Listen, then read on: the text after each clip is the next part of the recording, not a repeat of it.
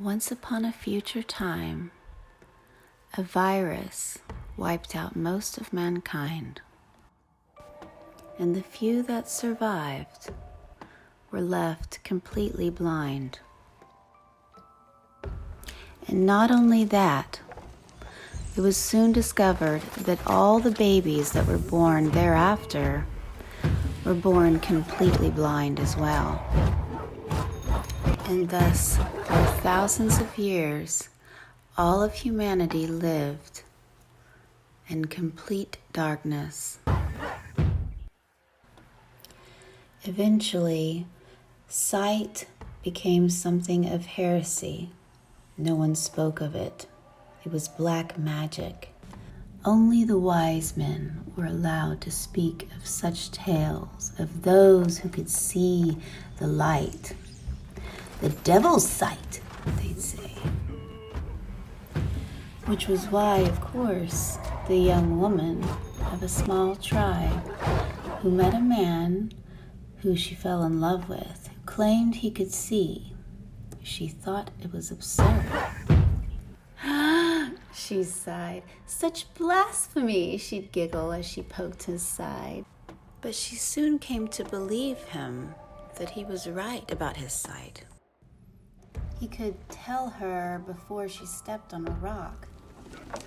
She wondered if maybe he could just predict the future, but he'd say, "No, I'm telling you, babe, I can really see."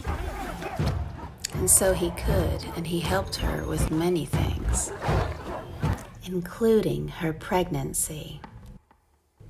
She soon discovered that this was one thing he was blind of, as he ran away from the village and left her all alone to carry and birth and raise his child, which became his children as she had twins, a boy and a girl.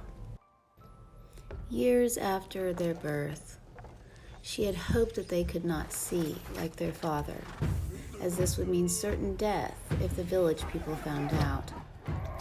But the children, she thought, they didn't know that they could see, even if they could.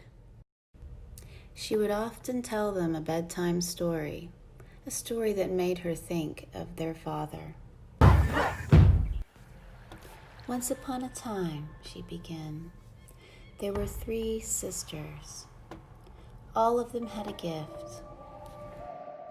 One sister could listen to a story, collect herbs, and mix the perfect perfume to take that person back to the memory of their story. The other sister could bake cakes that would make anyone forget all of their stories. And the third sister could sew garments soft and as warm as snow, and anyone who wore them felt like they were within a story, not their own.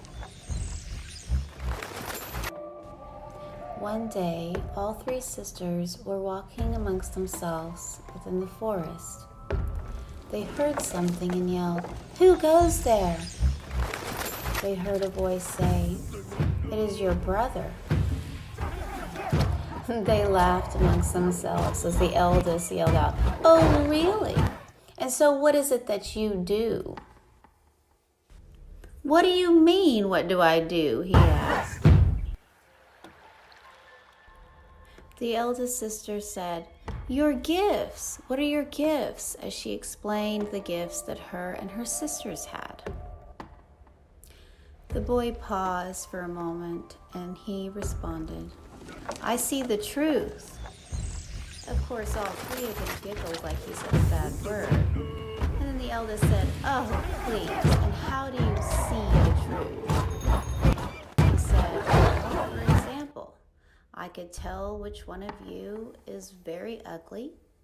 I could tell you which one of you is very plain, and I could tell which one of you is very beautiful."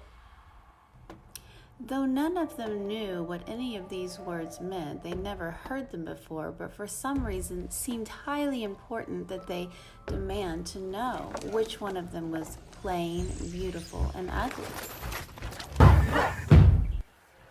And as they were discussing and arguing amongst themselves, They heard the footsteps of the boy walking away. All of a sudden, the eldest yelled out, "Wait! You're not leaving, are you?